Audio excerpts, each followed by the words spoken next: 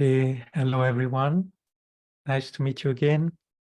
We can have some little Dharma experience together. Well, we're very fortunate, to be able to meet again. Now, with the passing of Rinpoche, and now Trungpa Rinpoche, also one of a teacher, the Kagyu tradition, on which I had the chance to have a few teachings. So he also passed away in Namo Buddha in Nepal.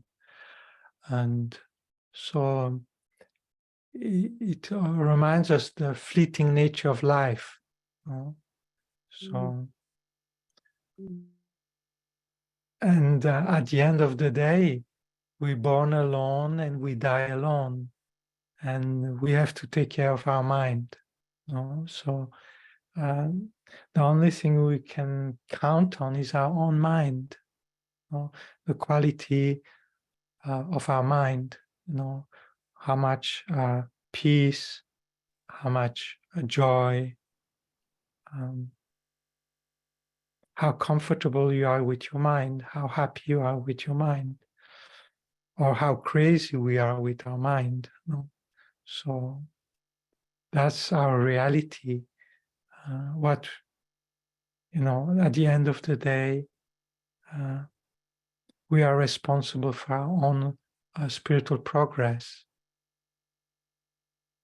So the teachers, they can inspire us, they can show us the way, they can give us the method, but then they cannot transfer their realization upon us. We have to do the work.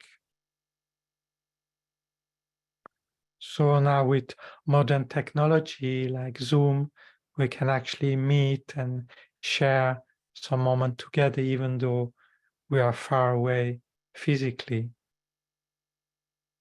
So I think this is wonderful. Of course, if we all had clairvoyance and could communicate with each other, in another way, then we wouldn't need maybe, this modern technology. But at our level of evolution, we are not there yet.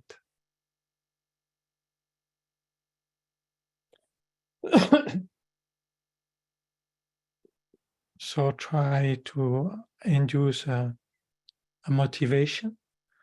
I want to develop my mind. I want to find inner peace, inner joy, and live with a good heart, and try to acquaint myself with the stage of the path and come closer and closer to developing renunciation, bodhicitta, and the right view, and then train in the two tantric stage and become close to enlightenment, as close as possible to enlightenment in this life, so that I may die with no regret.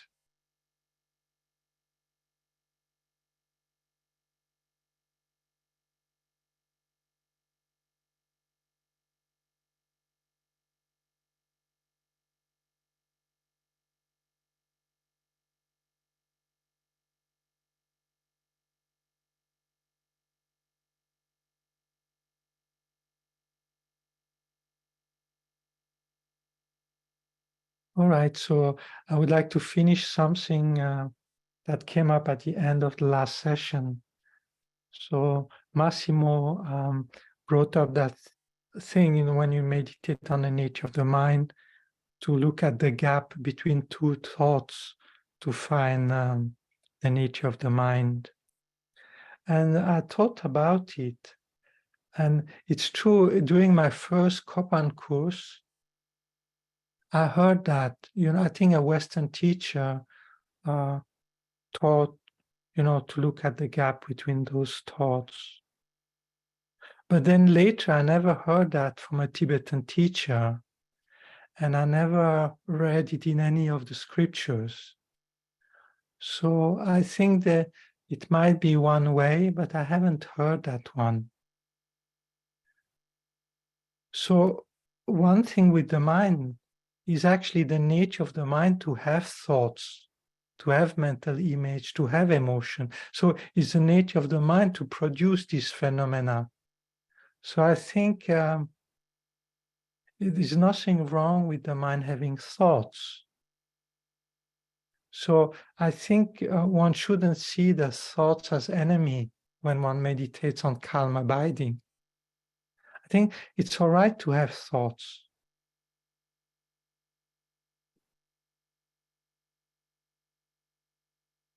It's the way you look at the thought, I think, where the distinctions come. Right? So instead of being carried away by the thought, you're able to watch them and to watch their essence, watch their nature. So whether there are thoughts or whether there are no thoughts, it doesn't make a difference. For example, in the Kagyu, they will tell you, to look at the nature of the mind when there are thoughts, and to look at the nature of the mind when there are no thoughts, and to realize that there's no difference.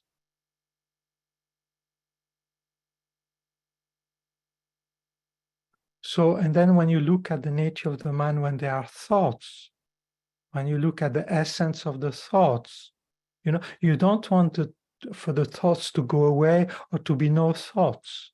It's simply by looking at the thoughts from the point of view of their essence,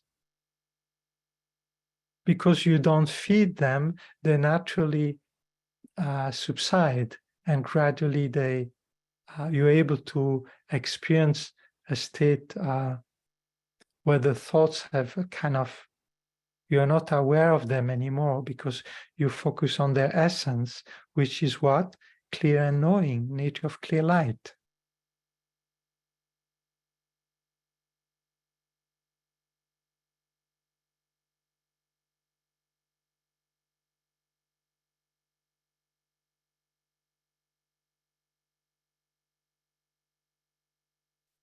Another interesting thing is that sometimes for those which are trained in doing the death absorption, so if you do the death absorption, you imagine the eighth vision going to clear light, and then you meditate on the nature of the mind within that experience of clear light. For certain people, it helps, because somehow you imagine your mind becoming more subtle. So in that state, you have less gross thoughts, less violent thought, violent in a sense of forceful thoughts. The thoughts becomes lighter. So that could all help for some people.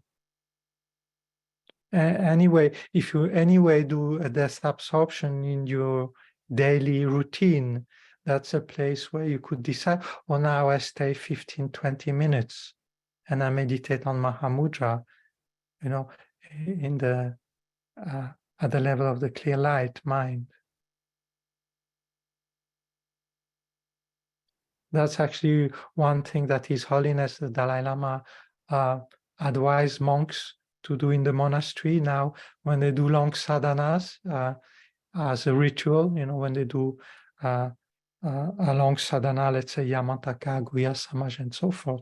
So His Holiness advised, you shouldn't just chant the whole ritual for 2 hours, you should actually stop when you go to the experience of clear light in the sadhana, you should stop there. So I think that could also apply to ourselves.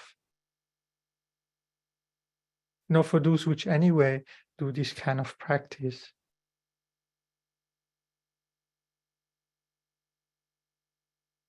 And then another thought that came up is that Alan Wallace has led quite a number of retreats on calm abiding.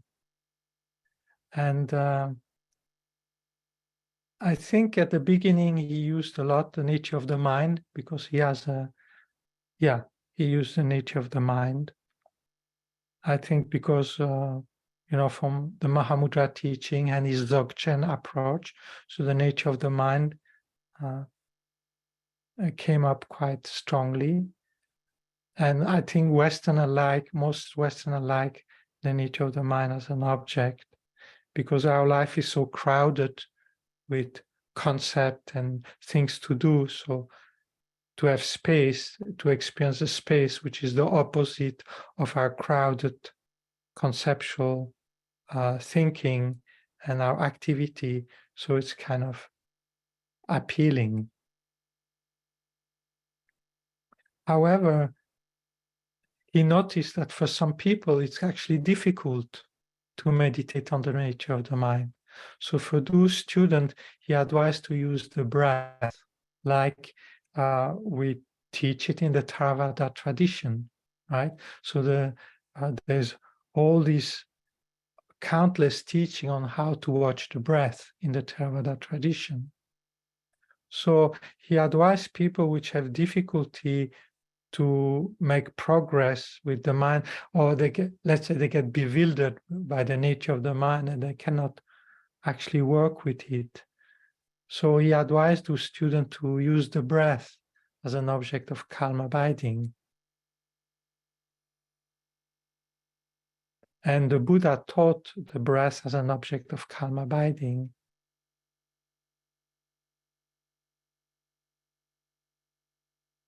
So he advised people to use the mind, the breath as an object of calm abiding, and they go to the level 1, level 2, level 3, and level 4 of calm abiding.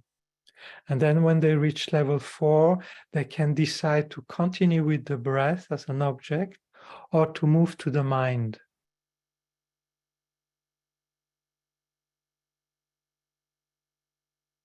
Because at level 4, you actually have eliminated gross excitement and gross dullness.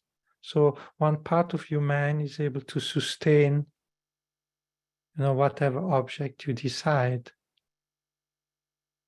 So I think at level 4, one can decide then to move either to the nature of the mind, that which is observing the breath, or one can continue with the breath. So I thought that advice was quite interesting.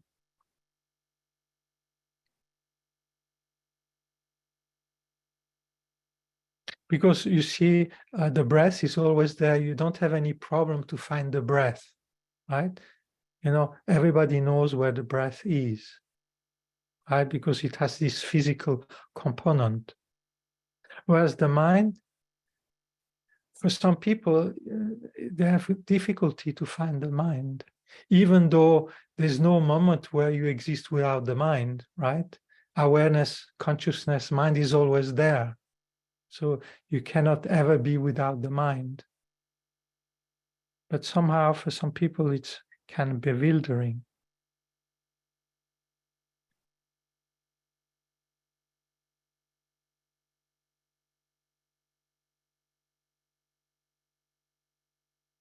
I think for people which have a very agitated mind,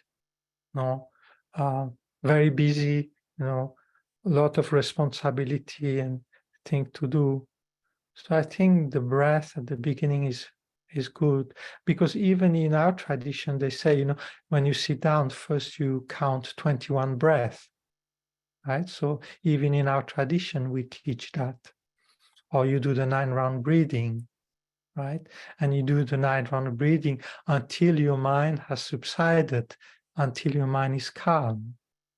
And then you work with your mind once your mind is calm.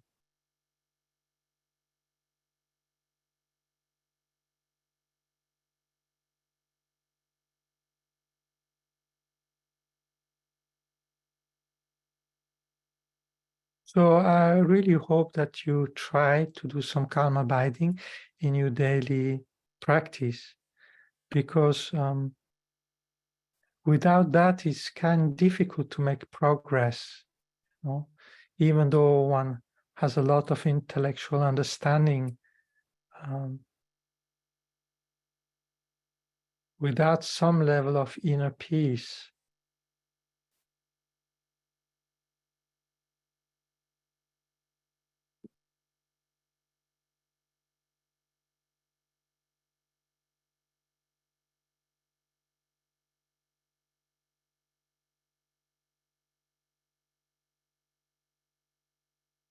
It's just our mind is so addicted to look for happiness outside. So if you don't experience some level of inner peace to counteract that, it's so easy to look outside for sense pleasure, distraction. Whereas if you experience certain level of inner peace, nobody can take that away from you. And that peace is more stable than the outer object of happiness, which are very transient. So the more you deepen your experience of inner peace, it helps you to develop non-attachment to outer sense pleasure. Instead of being excited to go here and there, you say, oh, what about my cultivating my inner peace? So a certain level of renunciation comes from cultivating a peaceful inner mind, inner joy. And then compassion comes for those which don't have that experience. So it also helps you with training in bodhicitta. And then with the calm mind, the inquiry naturally comes, how do things exist? So instead of just being intellectual word and concept and idea, you start from a level of inner peace, inner stability in your mind, and you start the inquiring from there. So it has more transforming power. You can actually taste something when you meditate on emptiness.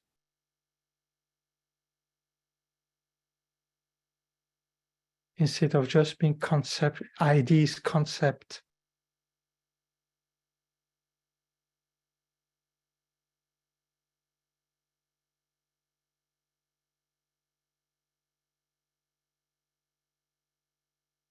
So that's how much I want to say on this topic. Today I thought to speak about something else.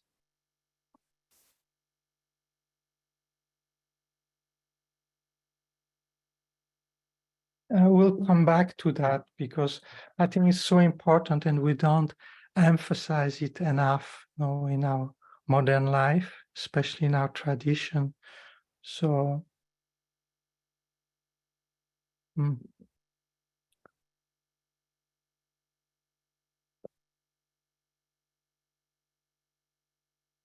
so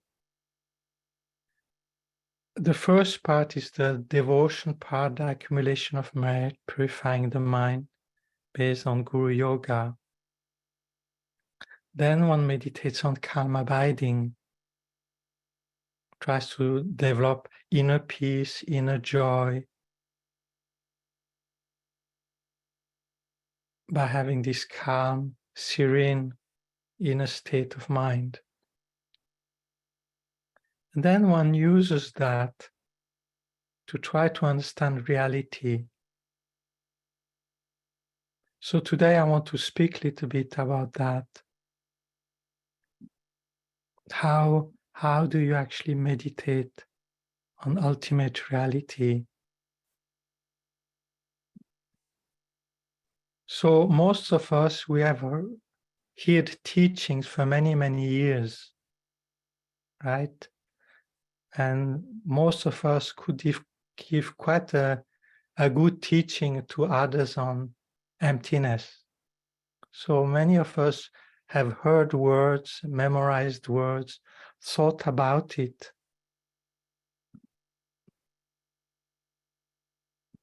The problem is that if we're honest, how much of those intellectual knowledge has helped us to transform our mind? And then many of us have to become quite honest and look and say, yes, well, my understanding of emptiness is quite conceptual, quite intellectual, and it's not really helping me to calm my mind, not actually helping me to remove my delusion when a problem arises. So I think, especially in the Gelugpa, the understanding is so sharp, so profound, and so vast that it's easy to get lost in all these ideas and say, well, when I sit down, but how do I actually meditate on that?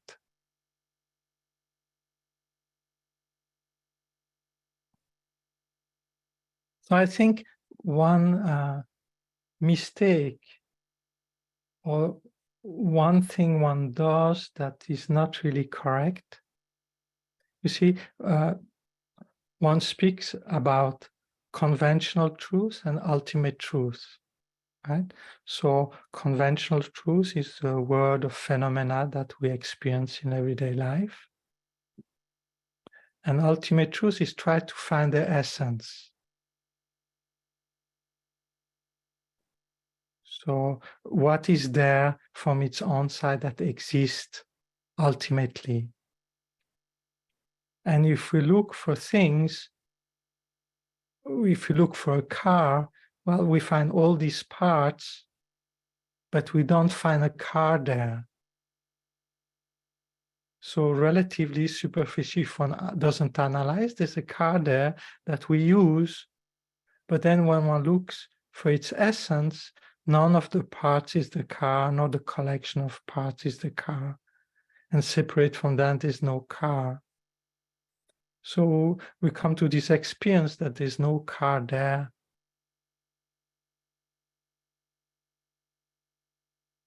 And you can do the same thing with the body.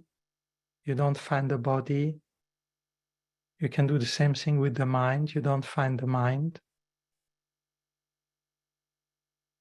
You can do the same thing with the guru. Ultimately, there's no guru. Ultimately, there's no Buddha. Ultimately, there's no deity. Ultimately, there's no spiritual path.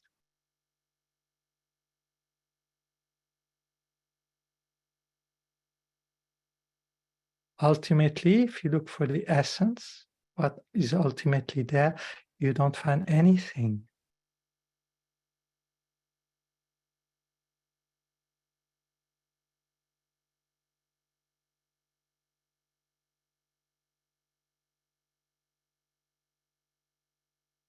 But then if you don't analyze in that way, everything appears and everything functions. So now, one mistake that one tends to make is that one looks for things, looks for its essence and don't find. So we say, oh, ultimate thing, everything is empty. But then relatively, things exist. And for us, things exist. Not only do they exist, but they exist inherently. So we look at the essence of things we don't find, and we say, oh, they're empty. That's ultimate reality. But then we say, oh, because things exist according to the perception of the world, so things exist the way I perceive them in everyday life.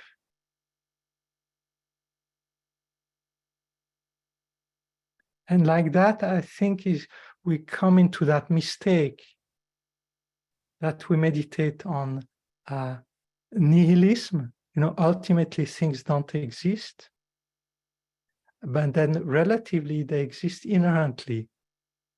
So we meditate on both. We meditate on nihilism on one side and on eternalism on the other side.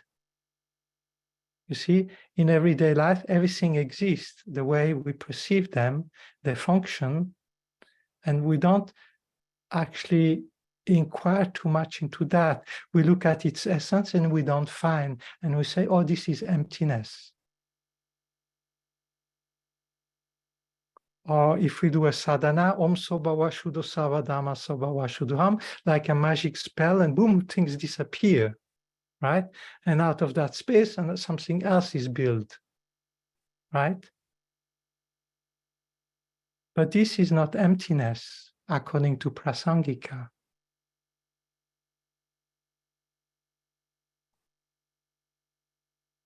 So that's what I think Lama Tsongkhapa had similar experience before having the vision with Manjushri. You know, his understanding of emptiness was a little bit like that.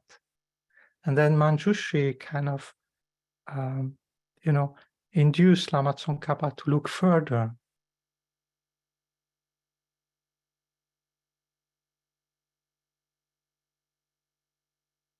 So I think one of the key, well, first it's important to understand why we look for this ultimate reality, why we look for the essence of things. Is because we think things really exist and they produce real pleasure and produce real pain. And because of that, we create karma, we are attracted and have aversion. And therefore we create karma, and this maintains us in cyclic existence. And so as long as people and objects exist from the onside really, then attraction and aversion will come. And as long as there's an I in me that exists from his own side solidly, that I has right to be happy and to not want pain. You know, so there is somebody that has that. There is somebody there that can have attachment and aversion. But if you don't find that I, you see, and you don't find the people, you don't find the object, you don't find anything, then the mind has nothing to hold on to and experience peace. So that's a little bit the idea of finding the ultimate nature of things.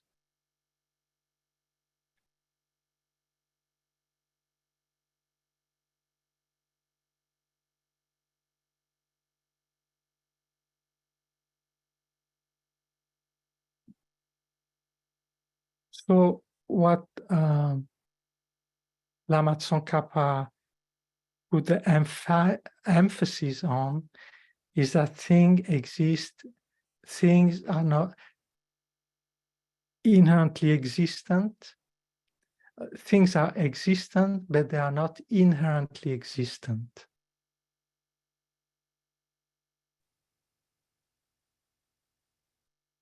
So what is something that inherently exists? So something exists inherently when it doesn't depend on anything else. It exists on its own right. It exists from its own side without depending on anything.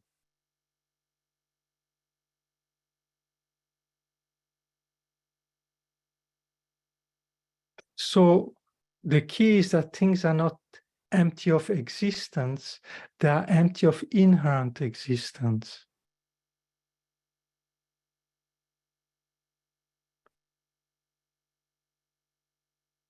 So something that is empty of inherent existence is dependent arising. It exists in dependence on other things for its existence. It depends on other things.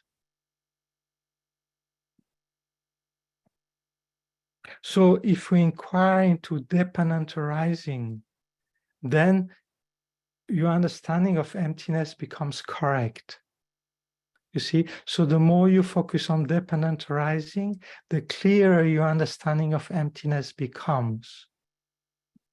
So instead of looking for the essence and not finding and say all things ultimately are empty, then you come out of that state and see things as they are usually, you know, and not putting into question your everyday perception. You know, you just say, oh, ultimately they're empty, you cannot find them. So then you don't make progress. You know, you get kind of, yeah.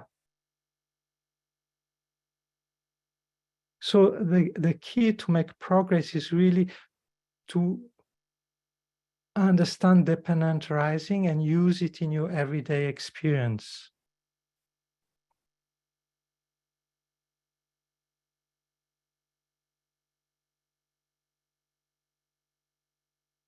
So there's a few things now that one needs to clarify in order to understand.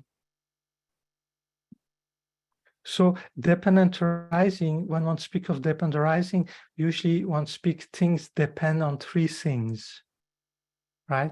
So for phenomena, for an impermanent phenomena to arise, it depends on cause and condition.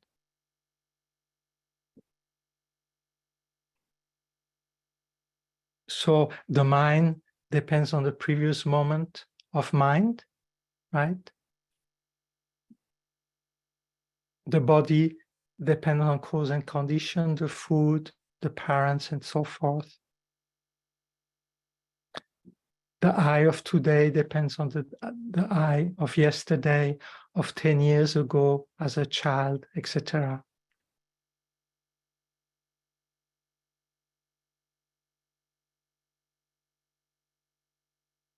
And then everyday interaction with others depend on cause and condition. So that level of dependent arising, which is easy to understand, is not the meaning of dependent arising in the Prasangika. That level of dependent arising is shared by all Buddhists. The Theravada, they would say, oh yes, everything is dependent arising, everything depends on cause and condition.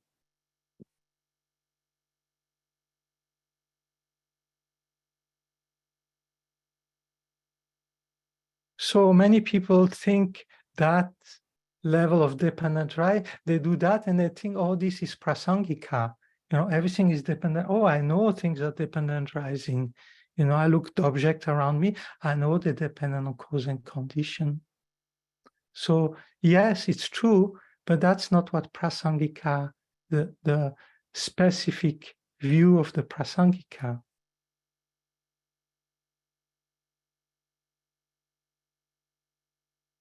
And then most of us accept that things are made out of parts, right? So the physical, when we dismantle, we look at the essence, so we see the parts.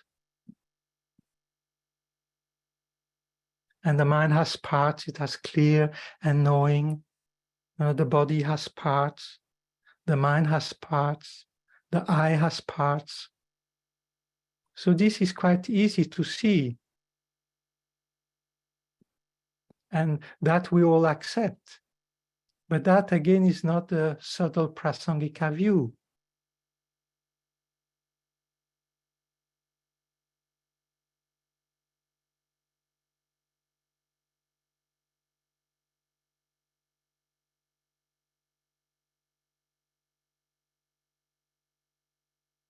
So the subtle Prasangika view is that things don't exist from their own side.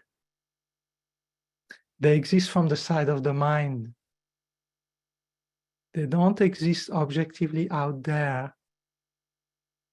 It's the mind that imputes, the mind that merely imputes. So things exist as mere imputation by the mind. Things don't exist objectively. Things don't exist from their own side. Things don't have an essence from their side. They are produced or created by the mind imputing on a valid base. And what is the valid base? That thing that is able to perform the function of that thing, nothing more.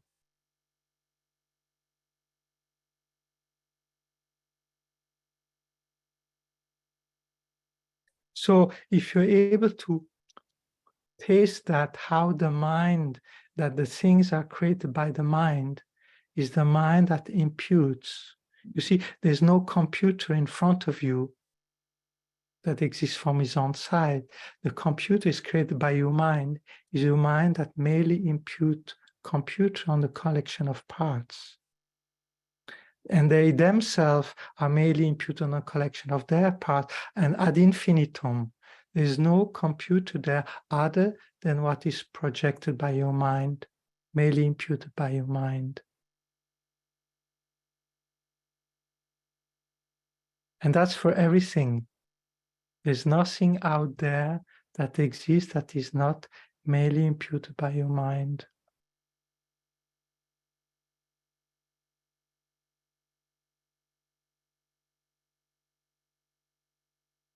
And that's valid for the body. The body is merely imputed by the mind. The mind itself is merely imputed by the mind. There's no mind that you watch. When you meditate on Mahamudra, the first level, yeah, you meditate on the mind, the conventional nature of the mind. But when you look at the ultimate nature of the mind, there's no mind there. The mind is merely imputed by the mind on what is clear and knowing. Same thing for the eye. The eye, there is no eye other than what is merely imputed by the mind on the body and mind. There's not a tiny peck of more eye in there than what is merely imputed by the mind.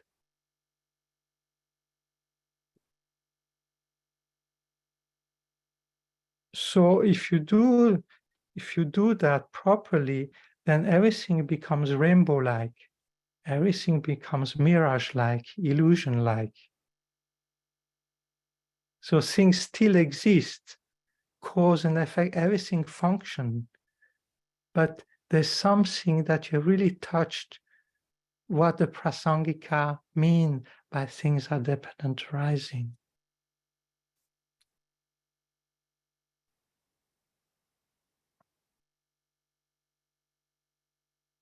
So Lama Zopa Rinpoche often uses a letter to make you understand how that works.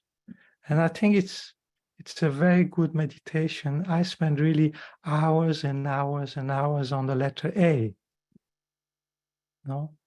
So I think it's when you look at a letter A or imagine a letter A, it appears to exist from his own side.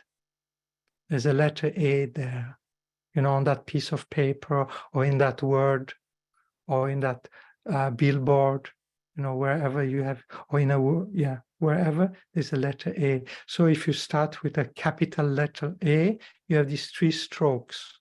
That makes an A, right? And there's an A on that piece of paper. And then if you analyze that A, you say, oh yes, the A is dependent arising. And then you say, oh yes, the A came because somebody wrote it down and somebody invented the language. So you can think about the A arising depending on cause and conditions.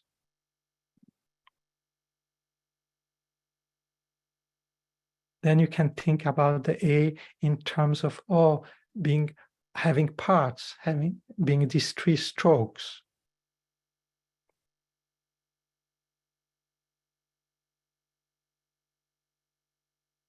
So all this is good, but it's not the subtle prasangika view.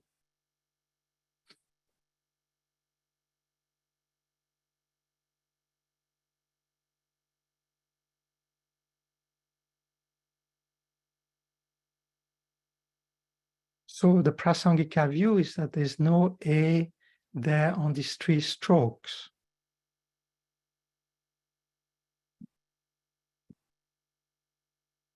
The A arise, or the A exists merely by the mind, merely imputing A on these 3 strokes.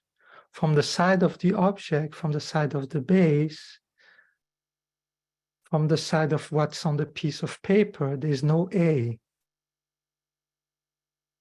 It's the mind that creates the A by imputing, by labeling.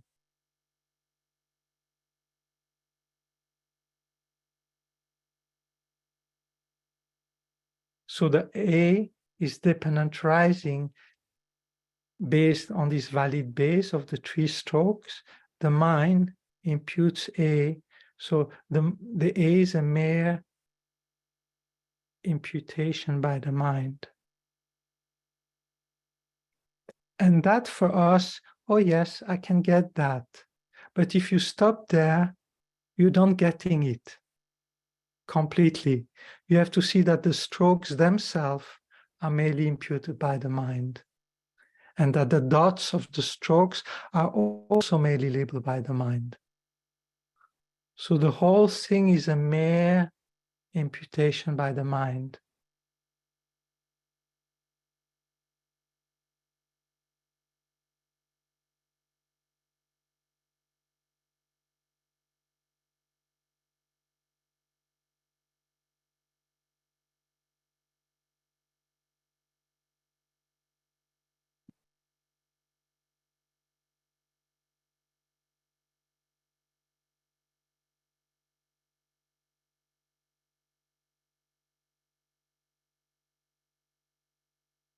So now innately, if you stop thinking about that, if you look how the A appear, it appears to exist from its own side.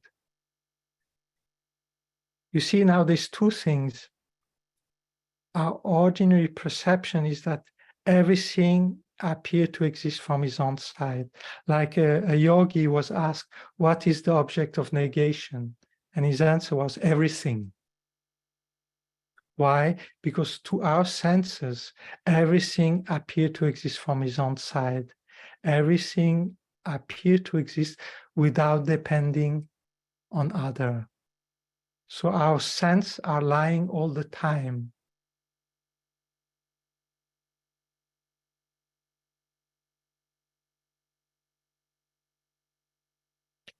And that is going to continue till we become Buddha. So even a person that has the experience of direct perception of emptiness on the path of seeing, when he comes out of that meditation absorption, to his sense consciousness, everything continues to appear to exist from his own side, continue to exist inherently.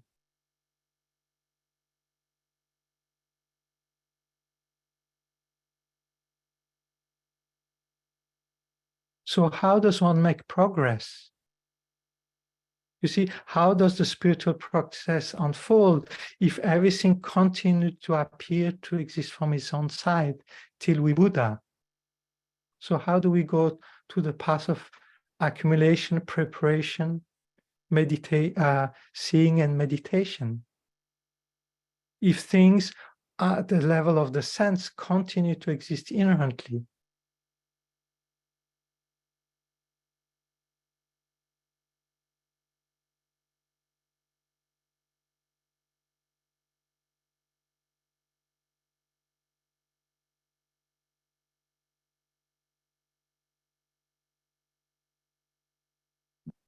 So see where the progress happened is that things appear to us inherently,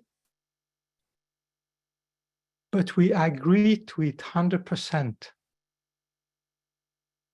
And then we agree to it 90% and 80% and 70% and 60%, then 50%, then 10%, then we don't buy in it at all. And even though it appears to our sense as inherently existent, we don't believe that they exist inherently at all. So where the progress happens is within your mind, is how you accept that things are, how you accept the way things appear to you.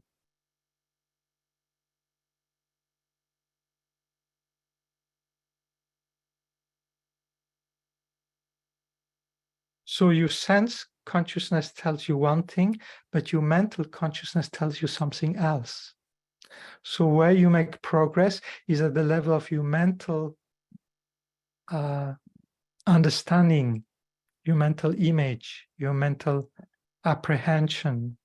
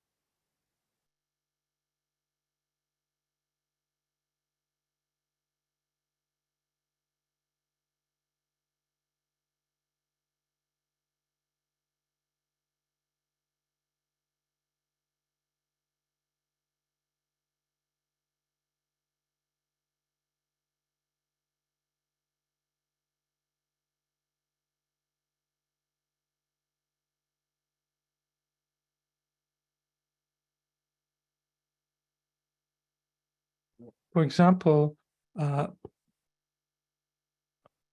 let's take an apple. So we all see the apple out there. And some people just love apple. You know, they would say an apple a day keeps the doctor away, you know, and they're gonna eat an apple every day, you know, with great pleasure. And other people, apple, well, it's not really a fancy fruit, you know, it's quite common. It's like a potato, you know, nothing exciting. They would prefer mango or raspberry or, you know, something a bit more exciting than a plain apple.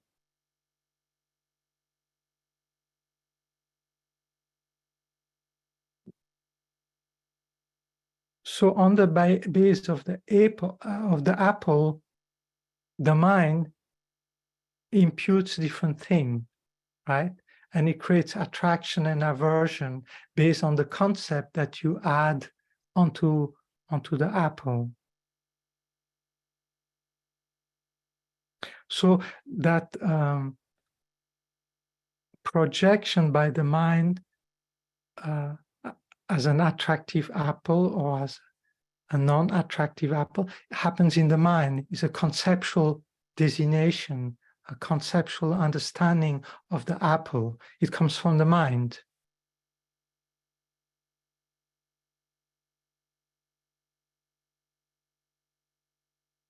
So same thing when you progress with emptiness or deepen arising, it's happened within your mind, right? So even though the object out there don't move and don't become empty, you know, your comprehension of them from within your mind completely changes. And because your mind changes, like the apple, you have attraction and aversion to, with your comprehension of emptiness, with the conceptual understanding of emptiness, your attraction and aversion decreases based on your conceptual understanding of dependent rising.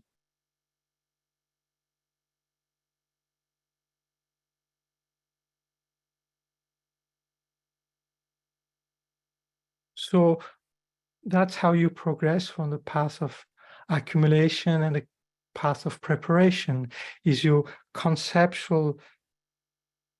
I don't like conceptual, that word is a little bit dry.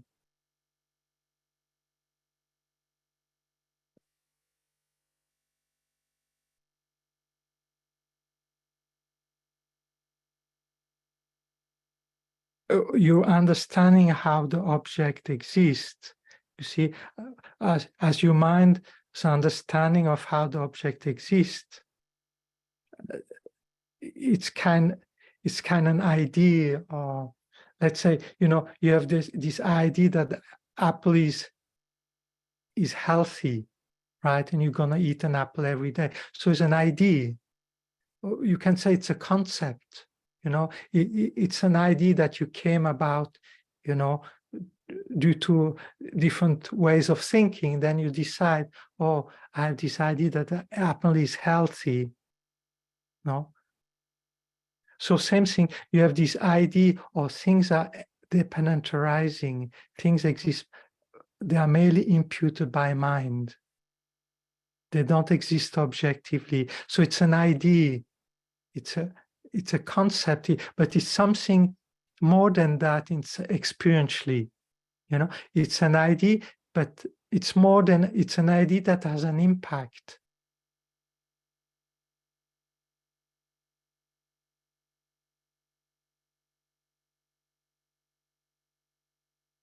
And it's an idea that is in accordance with reality. You see, so you have this idea that the I is merely labeled on the body and mind. There's no other I than the I that is merely labeled on the body and mind. So the I that appears to exist from his own side, within the body and mind, that one is a hallucination. So you focus on the I that's merely imputed on the body and mind, like the A is merely imputed on the 3 strokes. So you develop, you rest in that experience, in that taste. The I is merely imputed on the body and mind.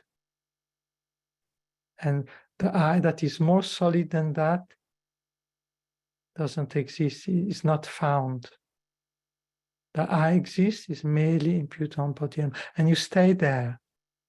And you extend the duration of being in that experience.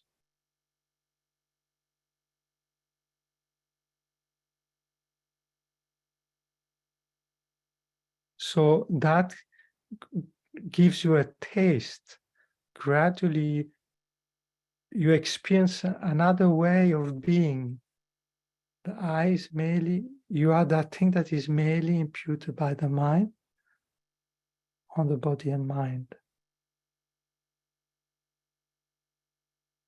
So the I is something very subtle if you do like that.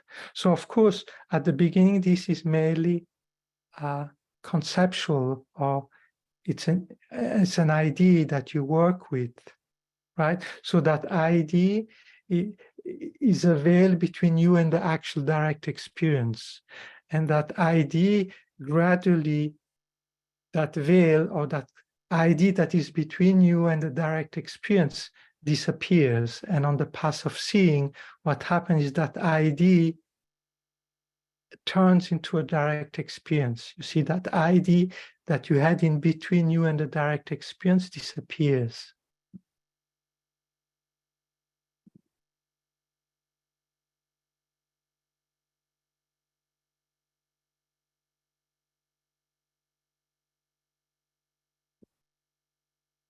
So then on the path of seeing, you have this direct experience of how things are.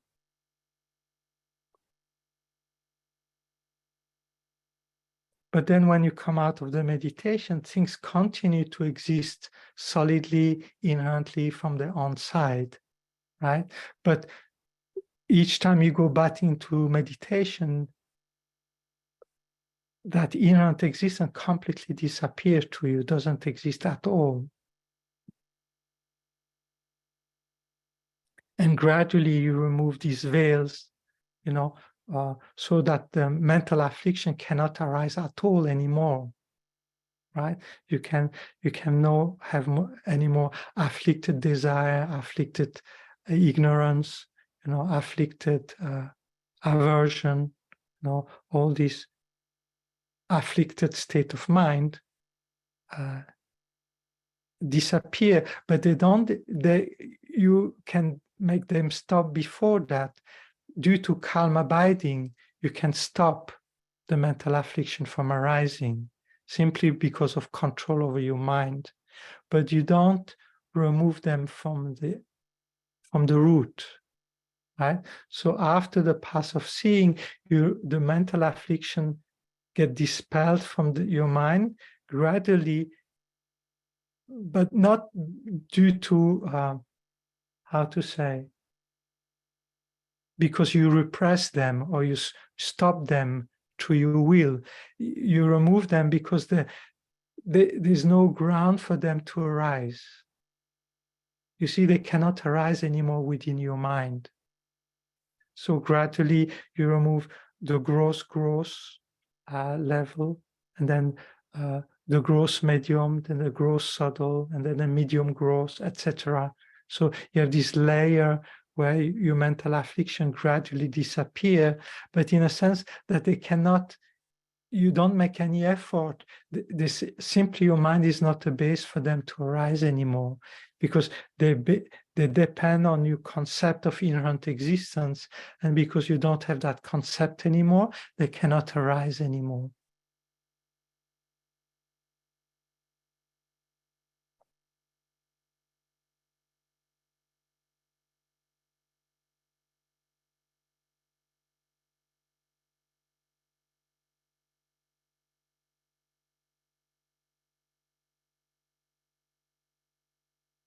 So I think if you make that, some of you might have already done that for a while now, you see, you meditate on the letter A, and you see that spontaneously. You have to understand these three things, how things appear to exist from the outside.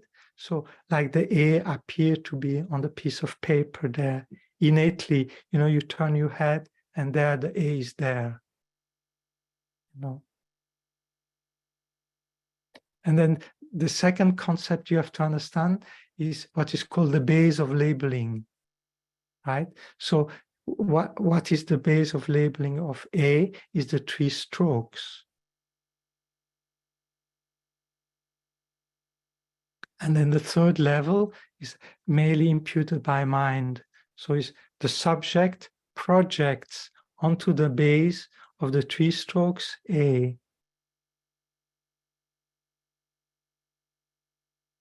So there's nothing there at all on the piece of paper that is an A. Nothing at all. Is merely imputed by the mind.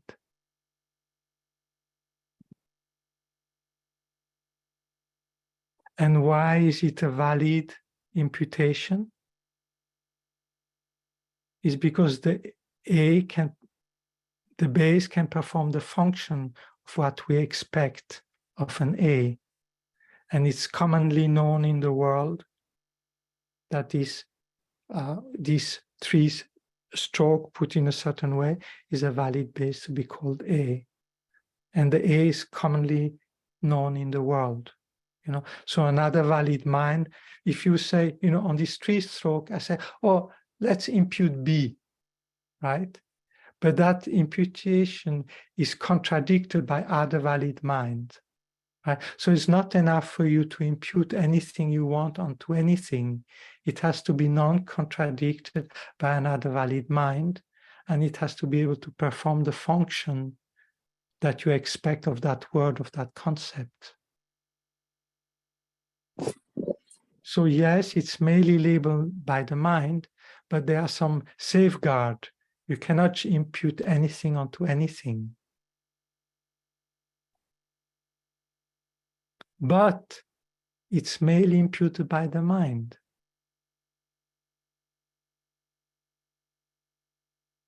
You see, there's no A at all there on the piece of paper, other than merely imputed by the mind. So there's no body sitting here at all from his own side, other than merely imputed by the mind. There's no mind at all existing from his own side, but then being merely labeled by the mind. There's no I at all from his own side, other than being merely labeled by mind. My friend that I live with doesn't exist at all from his own side, other than being merely labeled by the mind.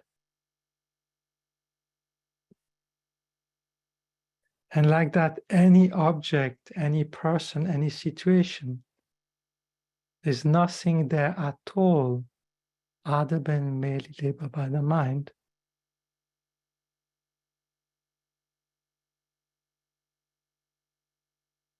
So you see, innately, you look at a piece of paper, there's the A there. Innately, you look at the body, there's the body there. Innately, you look at the mind, there's the mind there. Innately, you think of I, there's an I there. Innately, you think about your dog, there's a dog there. Innately, you think about your friend, the friend is there.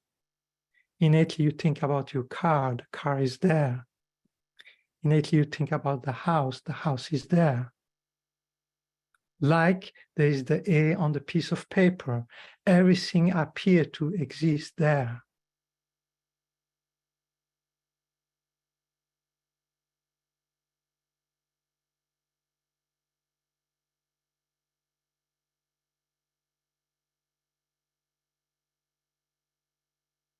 So that's our basic misconception.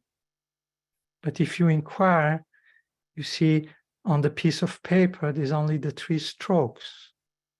There's no A there at all. So if you inquire into the dog, you don't find the dog. You look at the body, you don't find the body. You look at the mind, you don't find the mind. You look at the eye, you don't find the eye. So how do these phenomena exist? They exist like the mind project A on the 3 strokes. The mind imputes dog on that thing that can perform the function to be a dog, that is not contradicted by other valid mind. If I call a dog an elephant, it will be contradicted by other valid mind. And also, the dog cannot perform the function of an elephant. So it's not a valid imputation, even though it's just an imputation, but it's not a valid one.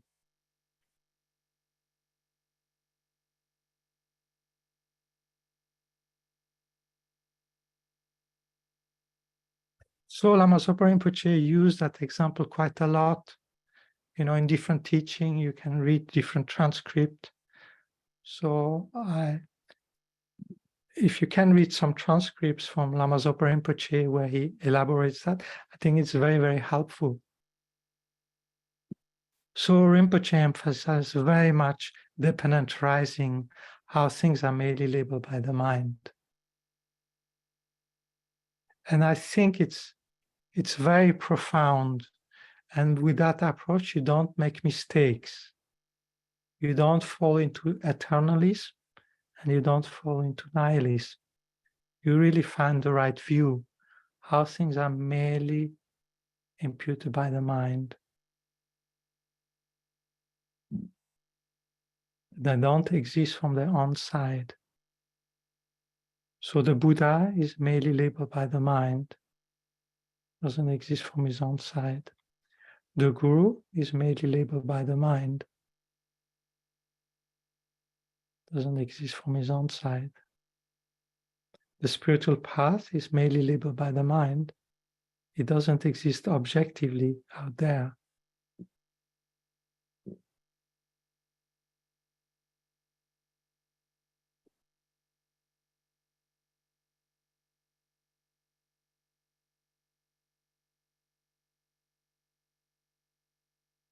So I think there, if you follow that approach, which is not complicated, if you understand with the letter A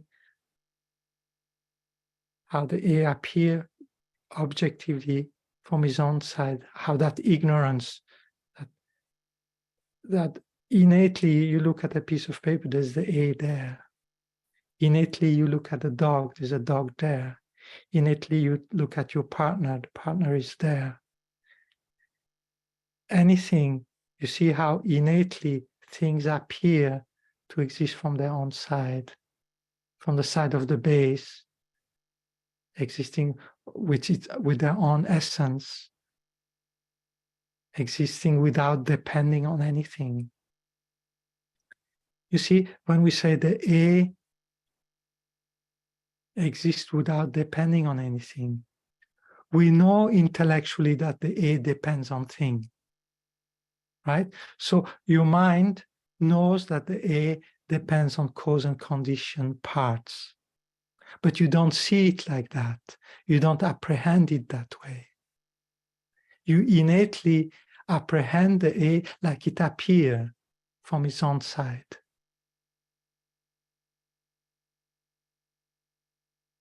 So it's that apprehension that gets undermined.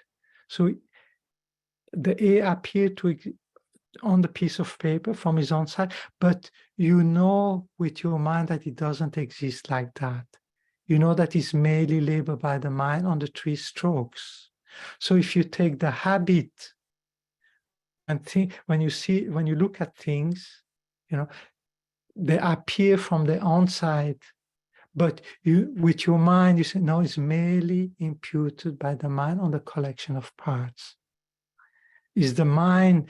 You see, things exist from the side of the mind. They don't exist out there. So the car doesn't exist out there. The car is merely imputed by my mind. There's no car out there. There's a car that exists, but the car is merely imputed by my mind.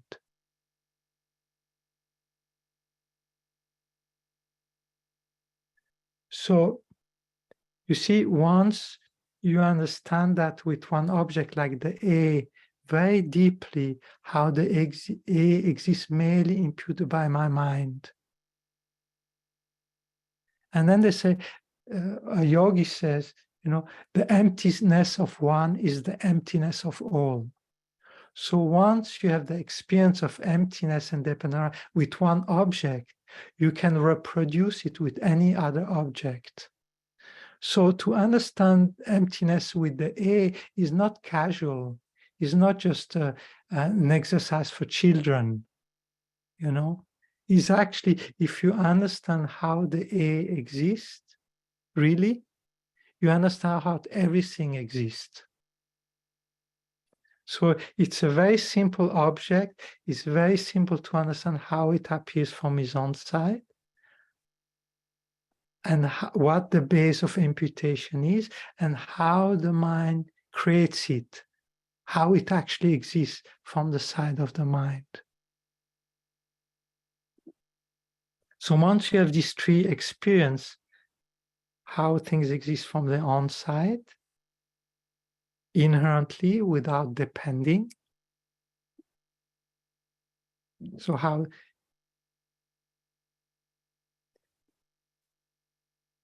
you see, you know that the A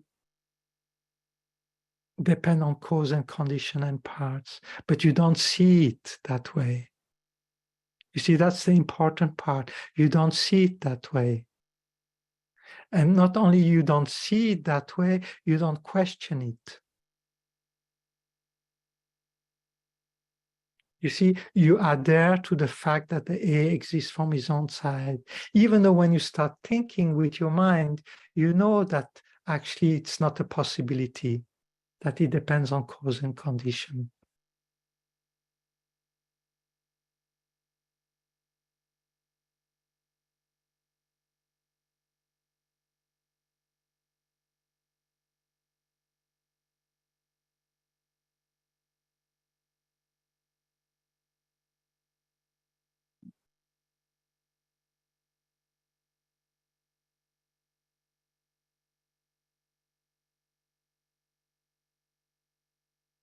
So what's happening is at the beginning, our sense consciousness overpowers our mind. You see, so your sense said there's a car existing objectively out there in the parking lot. You know, there's a car there existing objectively, and your sense say that. But then when you analyze with your mind, you say, oh, actually, there's no car there existing from his own side. None of the parts is a car, right? On the collection of parts that is able to perform. The mind merely imputes car.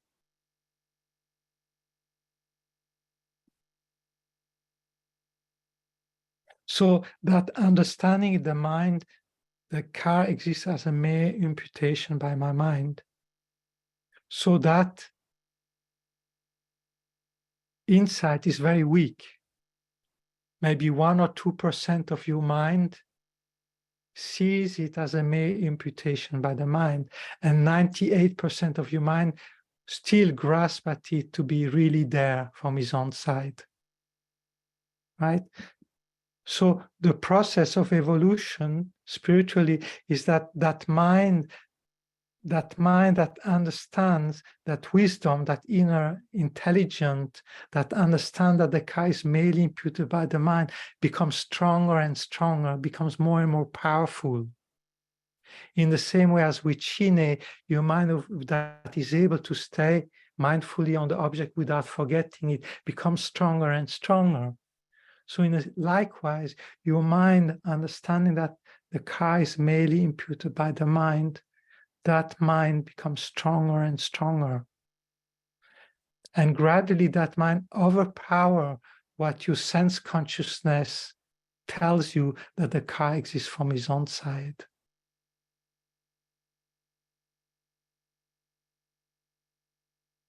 Like the A, you see, innately your sense consciousness will continue to see it on the piece of paper. But your mental consciousness see that the A is not found in any of the strokes, nor the three strokes together. So you can prove to yourself there's no A there on the piece of paper. Right? So the A exists merely imputed by the mind on these three strokes. So by doing that repeatedly, you start convincing your mind, you remove different layer of your innate belief that what your sense consciousness tells you are true is true. So it's a process of really repeating the same analysis again and again and again. And the more you familiarize yourself that the A is merely imputed by the mind, then progressively, each time you look at the A, your memory that, oh, but it's merely labeled by the mind, your familiarity with that becomes stronger. And then you believe less and less.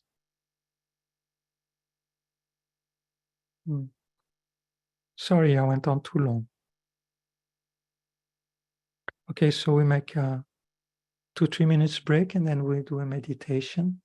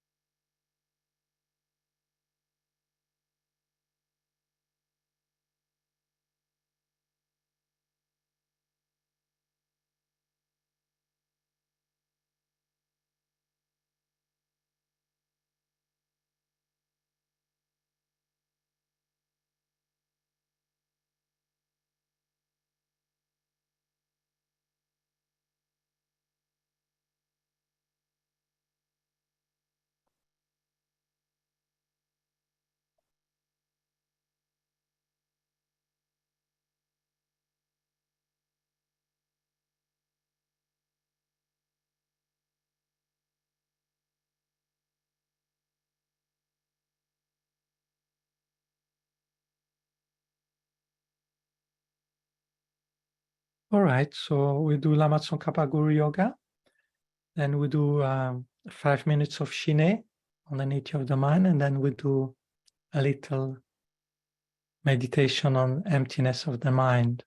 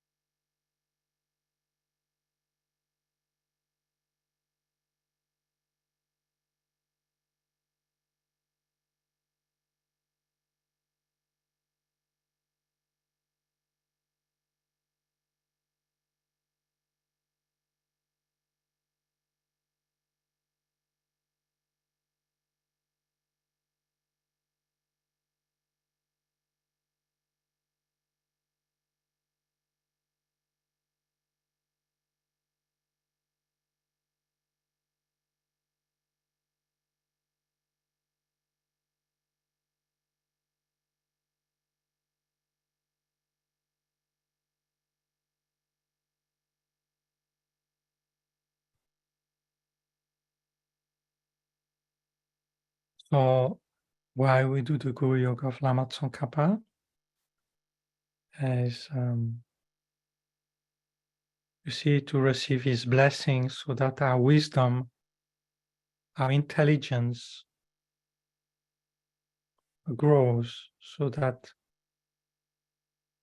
when we meditate on emptiness and dependent arising, that it doesn't remain as mere word, that we actually experience these words.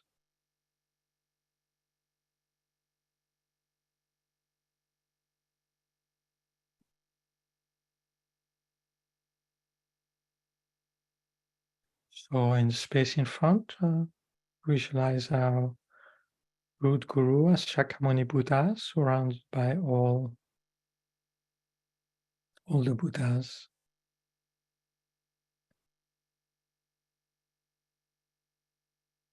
And from our side, with a profound aspiration for transformation, profound aspiration of becoming Buddha.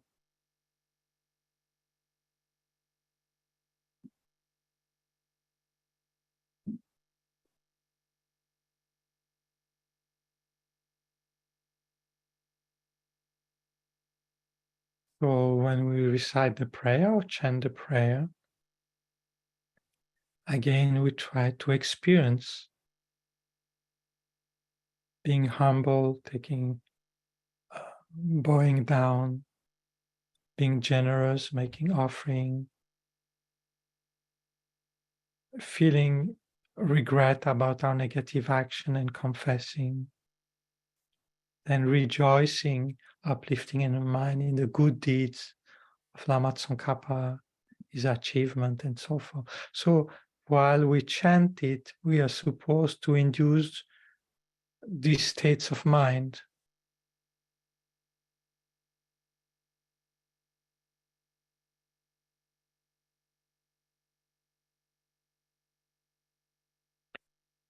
Oh, I go for refuge until I'm enlightened to the Buddha, Dharma, and Sangha by my virtuous actions of giving and so on. May I become a Buddha to benefit all beings. I go for refuge until I'm enlightened to the Buddha, Dharma, and Sangha by my virtuous actions of giving and so on. May I become a Buddha to benefit all beings. I go for refuge until I'm enlightened to the Buddha, Dharma, and Sangha by my virtuous actions of giving and so on. May I become a Buddha to benefit all beings. May all beings have equanimity, free of attachment and aversion. May all beings have happiness and the causes of happiness. May all beings be free of suffering and the causes of suffering. May all beings find good rebirth and the bliss of liberation.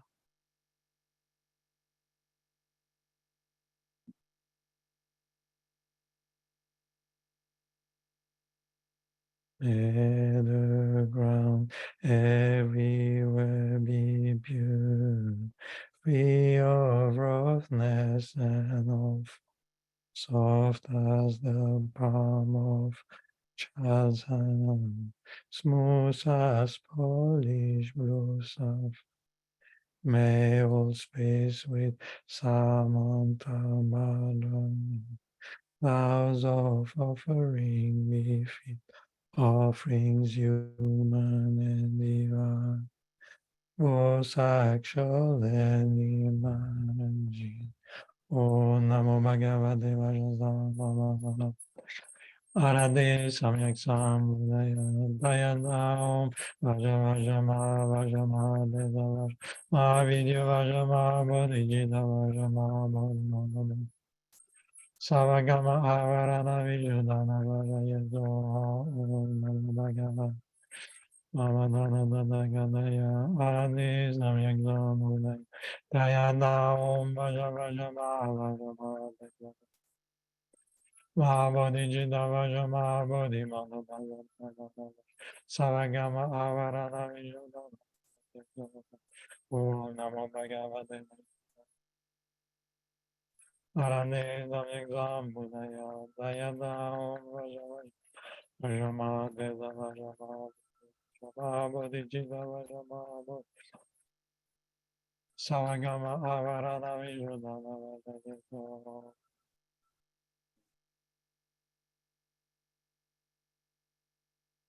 You emanate on snow white cloud from the heart of Buddha Maria, Savior of 100 Devas, joyful, Losandra, all-knowing King of Dharma, with you to heart disciple, I beseech you, please come before me.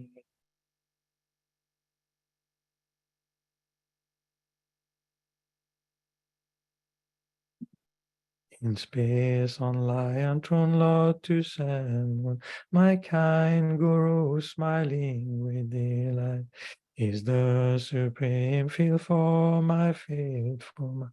Please forever abide and teach us.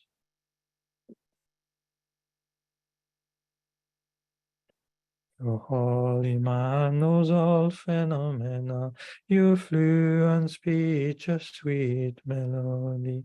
For the years of fortunate being, your form resplendent with fame's glory.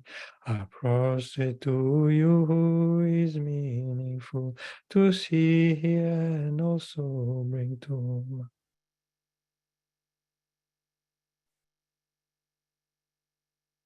Your water and well-arranged flower, fragrant incense like perfume and more. Clouds of offering, real and imagined, I offer you supreme merit filled.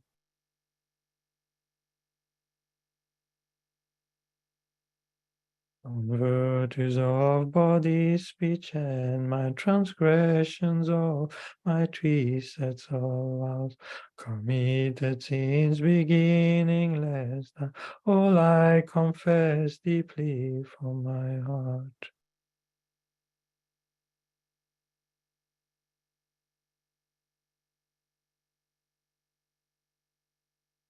In these times of degeneration, you made your life highly meaningful.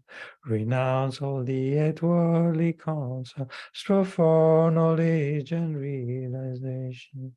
In your extensive accomplishment, I rejoice deeply within my heart.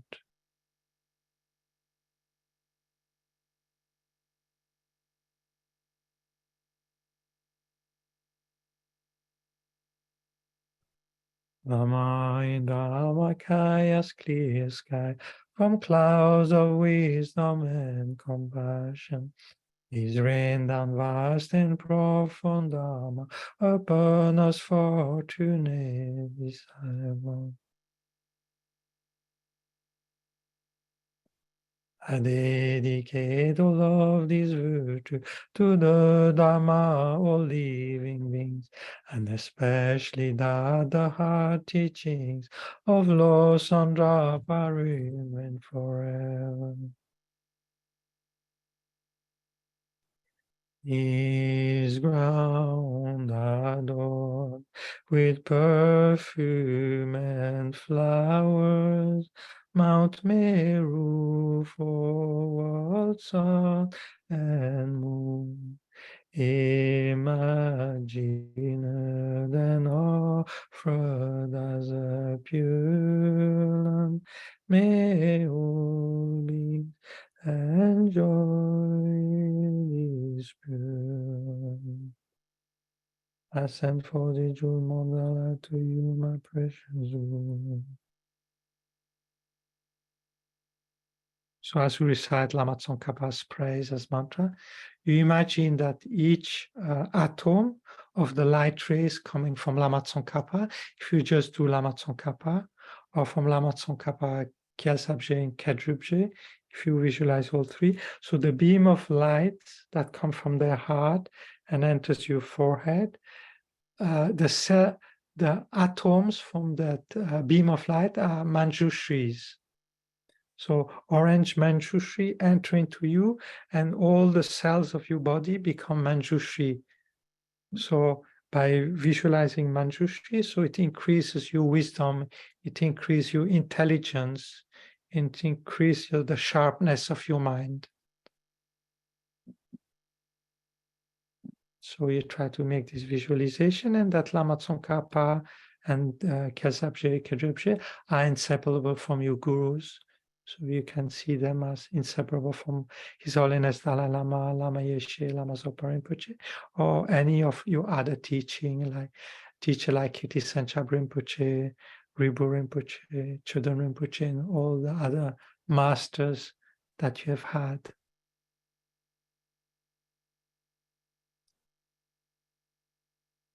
So you try to feel the presence of this master that you have known with the form of Lama Tsongkhapa and Kedrubje, Gyaltsabje.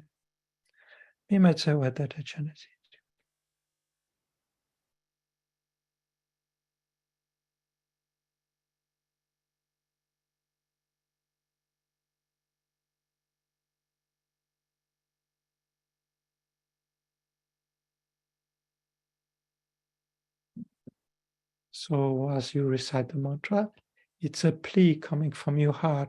It's a request. So you request your gurus for blessing, and then with your request, then the blessing comes. You imagine the blessing comes in the form of these three light rays with the Manjushris in it.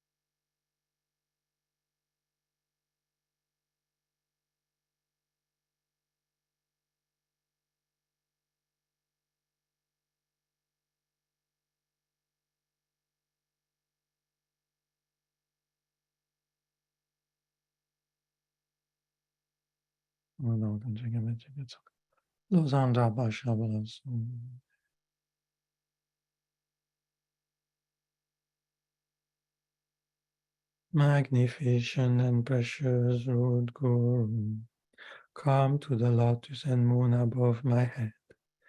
Guide me with your great kindness and grant the realization of your holy body, speech, and mind.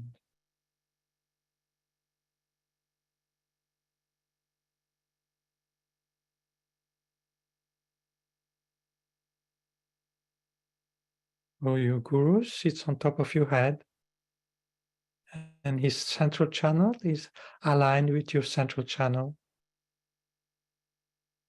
And the blessing flows down from his body chakra, throat chakra, and mind chakra, pass through his body and bless your own body, speech, and mind chakra.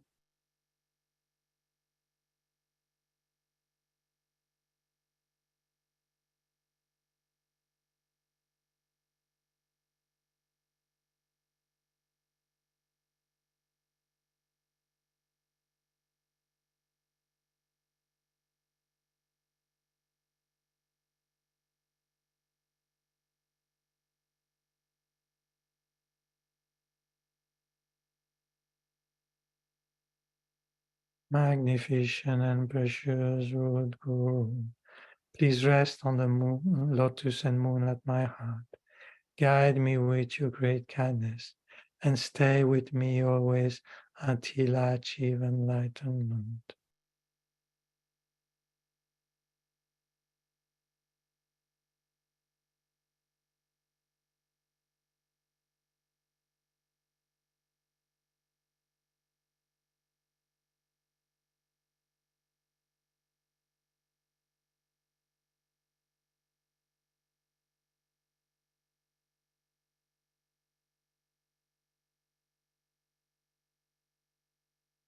Over here, you remember to take your best position you can,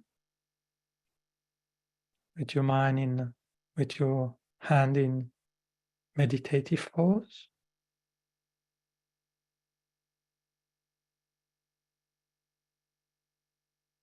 And then you stare at the place in your heart where your guru was, where he merges with your mind, and you focus on the mind there.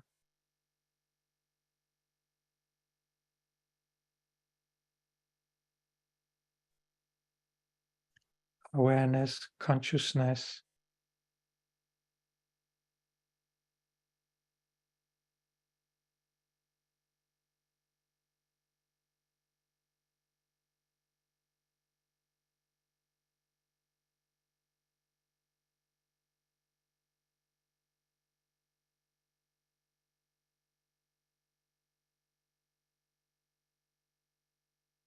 And if thoughts arise, you merely focus on their essence.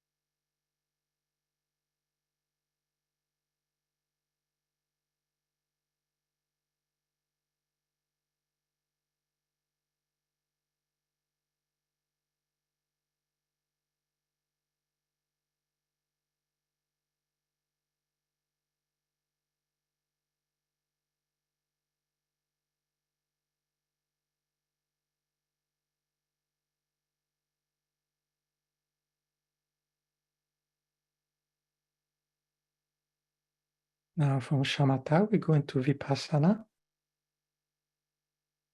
So watch the mind as you do.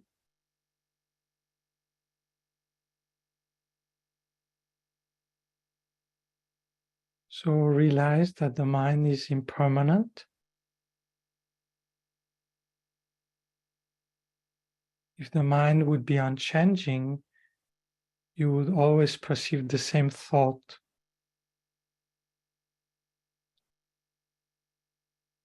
So for a next thought to arise, the mind has to change.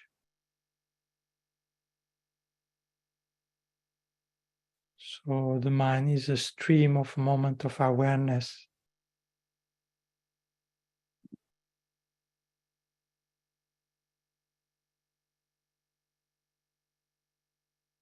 Try to experience the mind as a stream of moment of awareness.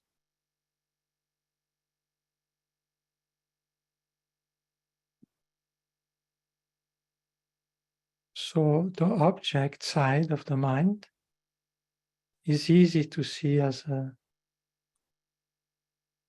momentary change because the thought come and go. But the subjective awareness also change from moment to moment.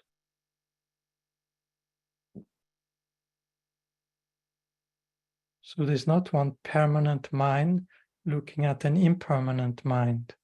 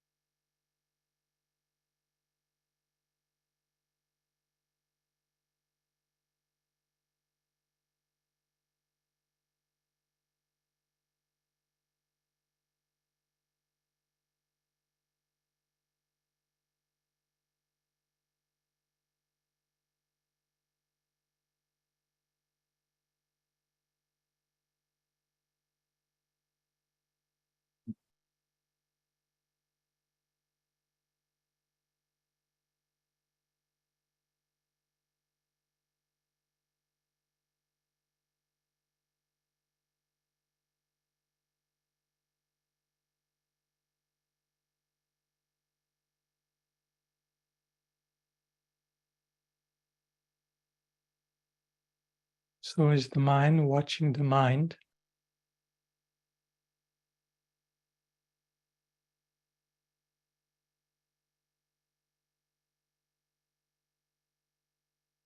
So the mind that you watch is like the A.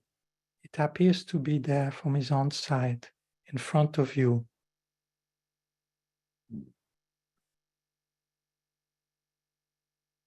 So there's the mind there that you look at with its thought, mental image, and so forth.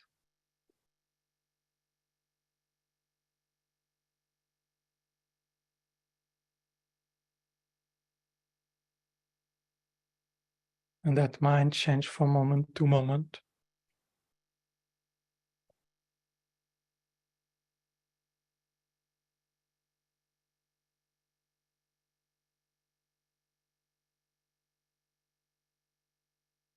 And like the A is not found in any of the three strokes, nor somewhere else from his own side. Same thing, the mind in front of you is not found in any of these moments of awareness, nor in the clear, nor in the knowing, nor in any of the thoughts, etc. There is no mind there in front of you that exists objectively, inherently from its own side. There's no mind there.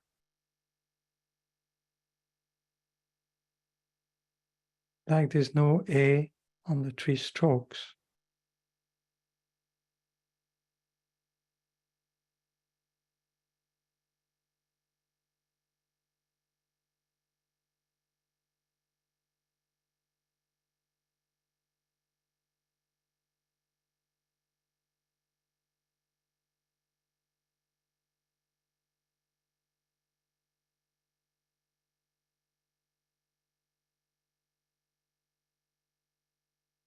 There's no mind there at all from his own side.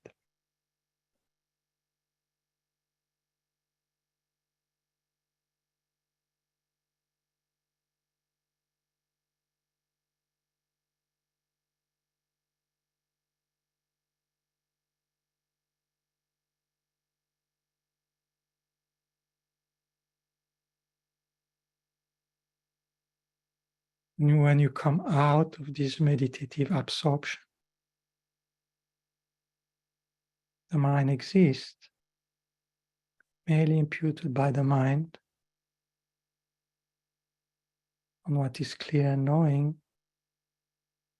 on what can perform the function that we conventionally attribute to mind.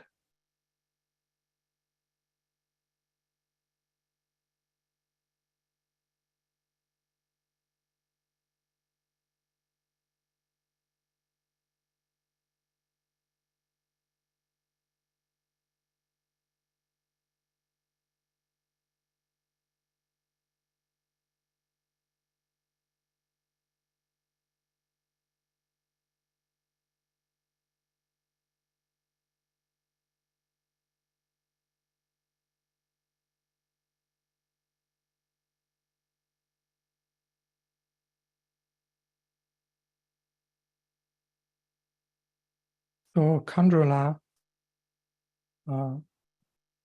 often says is by seeing emptiness that compassion arises. So it's by experiencing the ultimate nature of things,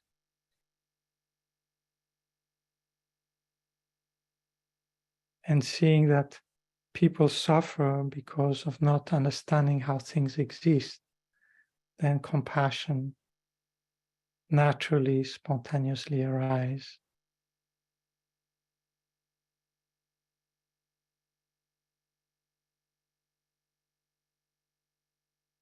So even though every one of us exists mainly labeled by the mind, people don't experience that. They think they truly exist. Because of that root cause all their problem arise from.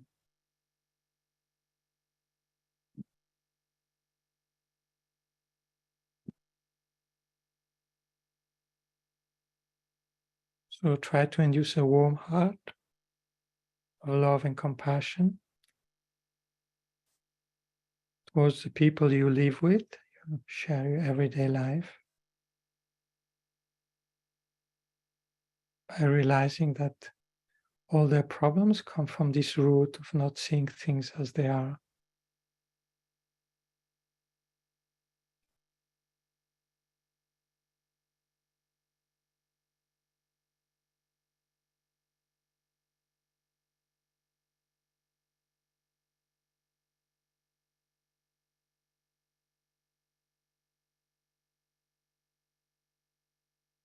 And you wish to be able to teach them how to become free from this misconception.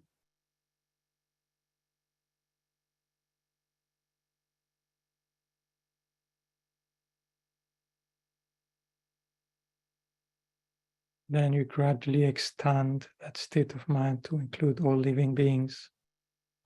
You wish to lead all living beings to the understanding of emptiness and dependent arising.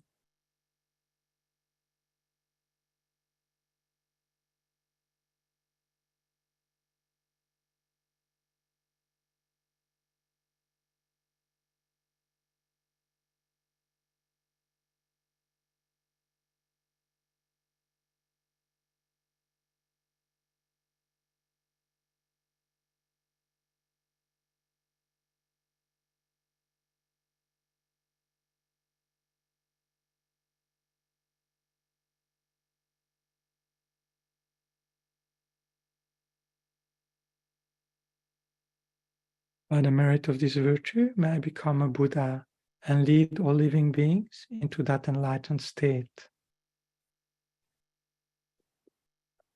May the precious Bodhicitta not yet born arise and grow, and may that born not decline but increase more and more. So that verse, Lama Zopa Rinpoche beautifully expanded it, and I will read it and you think about it. Due to the past, present, and future merit collected by me, and all the merits of the 3 times collected by numberless Buddhas, and numberless sentient beings.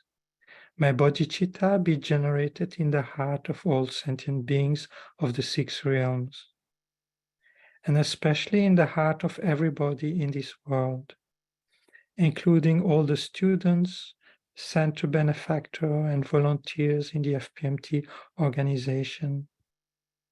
May it be generated in the heart of all those who rely upon me, all those for whom I have promised to pray, and all those whose name has been given to me.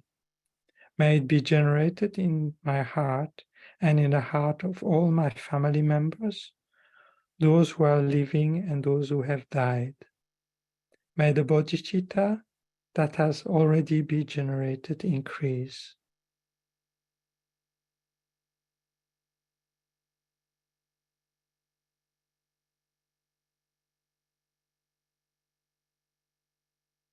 In the snowy mountain paradise, you are the source of all happiness and good. Powerful Tenzin Gyatso Chenrezi, please remain until samsara ends. Savior of the snowland teachings and beings, you clarify the path that unifies emptiness and compassion. Lotus holder Tenzin Gyatso, may all your wishes be spontaneously fulfilled. Peerless teacher and assembly of the children of the victorious one, Shravaka and Pratika Buddha, victorious Losang, father and son, along with the lineage masters, all the object of refuge of infinite lands, please bestow the virtue and goodness of accomplishing this prayer here and now. Holding and spreading the Muni's precious and complete teaching through explanation and practice, you wore the armor of patience that is never discouraged. Incomparable, Venerable Guru, to you I make request, while striving single-pointedly for the sake of the victorious one's teaching, the sole gateway through which all benefit and happiness emerge. And from other living beings, you suddenly departed to peace. What a great loss. Nevertheless, through the undeceiving truth of the blessings of the oceans of the 3 jewels and the great waves of bodhicitta of the children of the victorious one, may the smile of a reincarnation swiftly be in glory for fortunate disciples.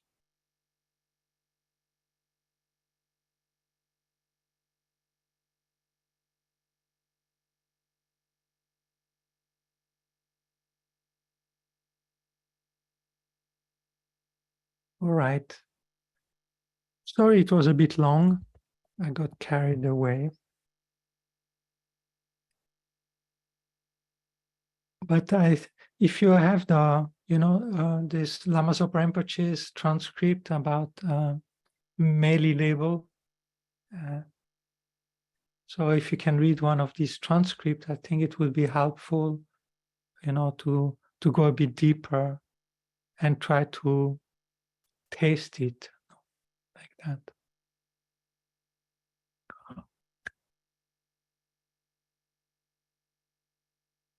Okay, have a nice week, everyone. Thank you very much.